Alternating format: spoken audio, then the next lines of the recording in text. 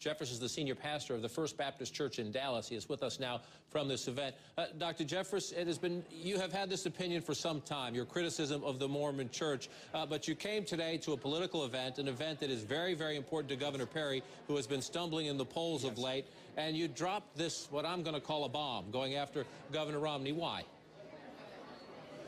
Well, first of all, as you noted, John, I did not refer to Mormonism as a cult in my opening introduction of Governor Perry. And I want to make it very clear that Governor Perry had no knowledge ahead of time of what I was going to say.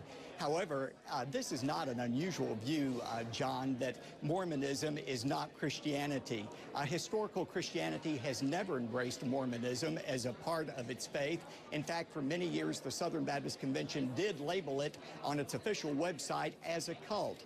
That's not saying that Mitt Romney's a bad person. I think he's a good person, a moral person, but he doesn't embrace the historical tenets of evangelical Christianity. But I also want to say, John, there are plenty more reasons not to vote for Mitt Romney other than his religious faith, and I think conservatives have plenty of reasons, leaving Mormonism out of it, not to be energized by Mitt Romney candidacy. But you understand the moment, sir. Governor Perry has been struggling. You came to endorse him today as an individual, to introduce him today. You say you had no conversations with the Perry campaign at all about what you were going to say? No, none at all. I was a guest here of the Family Research Council, not of Governor Perry. And so you're speaking to reporters after, and you say voting for Romney would give credibility to a cult. There are 16 million Southern Baptists in the United States. Your church has 10,000 members. There are 16 million Southern Baptists. Are you saying, as a preacher in the church that those 16 million people worship in, that they would be giving credibility to a cult if they vote for Governor Romney?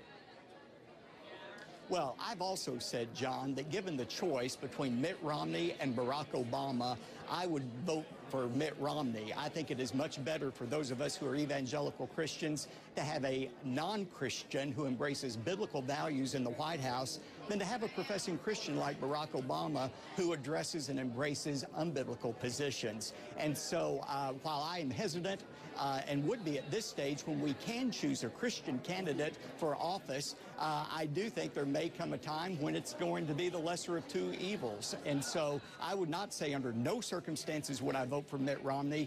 But, you know, it was John Jay, the first Chief Justice of the Supreme Court, who said we have the duty and privilege to vote and select Christians as our leaders. And again, Mitt Romney's a good moral person, but he doesn't embrace historical Christianity. And frankly, I'm not sure why that's news. That has been the position of evangelical Christians for a long time. It has been, sir, but it is news that you did this at this event at this moment in time. You said you would, if faced with a choice between President Obama, the incumbent, and Mitt Romney, were he to win the nomination, you would vote for Mitt Romney. But you know at this very moment, Governor Perry has stumbled a bit, and he very much, this was an event that was a stepping stone back from his perspective, and you decided right now to try to stop Mitt Romney, didn't you?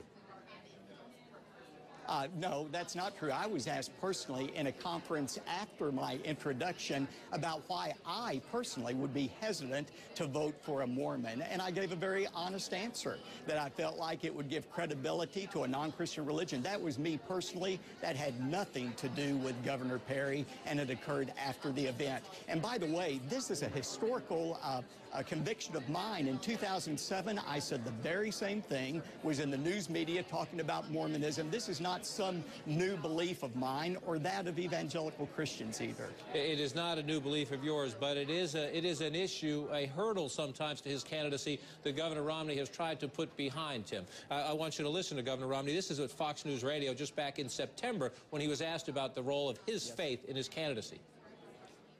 You know, I know there are some for whom religion is the most important issue, and I may lose some of those votes. But for the great majority of Americans, they want to see this country going again. Governor Romney is due to be at that very event where you are, sir, the Values Voter Conference. He is due to be there tomorrow. He would not comment on this tonight. Would you spend some time with him? Is there anything he could do to convince you that he is a Christian? He believes he is a Christian. He says he is a Christian, and that Mormonism is not a cult. Is there anything he could do to convince you? Oh, I'd be happy to visit with Governor Romney anytime about that. I don't hate Governor Romney. I think he's a good, moral person. But as a pastor and as a preacher of the gospel of Jesus Christ, I have a responsibility to proclaim what the Bible proclaims, and that is there are not numerous revelations from God in the Bible and in the Book of Mormon. The Bible teaches that there is one way to God, and that is through faith alone in Jesus Christ. So I have to be faithful to my calling as a pastor, and when asked a question by an interviewer after an introduction like I did today, instead of saying no comment, I have a responsibility as a proclaimer of truth to tell the truth. And as a proclaimer of truth, in your view, will you tell your worshipers back in Dallas, will you go to other places in the country and express that same opinion, that a vote for Romney would be to give credibility to a cult? I would say that, certainly. I would say why a Christian ought to vote for another Christian. In fact, this coming Sunday evening in my church, I'm preaching a message on how a Christian should vote. 4 questions every Christian should ask before they vote for a candidate. And in my new book coming out in January, Twilight's Last Gleaming, I talk about this issue, about why it is so important for Christians to vote for competent Christians. But, John, the issue goes beyond Romney's faith. He is not a consistent conservative. He has not consistently embraced biblical values that we feel strongly about, like the sanctity of life and like the sanctity of marriage. And so I think there are many reasons, even if you don't care about his faith, if you're a conservative, not to vote for Mitt Romney. And those are issues that are being litigated in the campaign. In the many debates we have had being litigated, Governor Perry himself questioned Governor Romney's commitment to the pro-life principles at that event today. But to use the term cult and to bring his religion into it, when you know it has been an obstacle, an issue for him in the past, that's not by accident, sir. Well, I was asked a question by a reporter, and I answered. You also put out a press honestly. release earlier in the day about your endorsement, and you drew distinctions in that. Yes, that's right. And in that press release, there was not the word cult used anywhere, was there, John? There was not, sir. You're right on that point. You said in the speech and in your appearance you would draw sharp distinctions. I want to ask you something else. We reached out to the Church of Latter-day Saints tonight to see if they had anything to say about your remarks, and they said this, quote, "We really don't want to comment on a statement made at a political event, but those who want to understand the centrality of Christ to our faith can learn more about us and what we believe by going to Mormon.org. Have you ever been to the website? Have you ever spent any time with Mormon ministers trying to see if there's maybe you can bridge the gap between your view of cult and their view that they are Christians, good Christians? Yeah. Well, part of it, John, it is not an embracing of historic Christianity. And the term cult, I know that is a very pejorative word to some, but in theological terms, a cult is a religion that has a human leader instead of a divine leader. Our leader is Jesus Christ. Joseph Smith is the founder of the Mormon Church. We believe that the Bible is God's sole revelation to man. The Mormon Church accepts another revelation, and that is the Book of Mormon given by the angel Moroni to Joseph Smith. And so by a theological definition, not a sociological definition, a theological definition, they are a cult. But again, so few of your viewers probably even care about that. For conservatives, there are many more pressing issues regarding the presidency, and especially why we need a consistent conservative like Rick Perry than a recent Damascus Road convert to conservative principles like Mitt Romney. Dr. Jeffress, we appreciate your time. Now, let me ask you one last question to follow. And Governor Perry tonight, the only statement we could get from him was that he does not believe Mormonism is a cult. Does that make Governor Perry, in your view, any less of a Christian because he doesn't agree with you? No.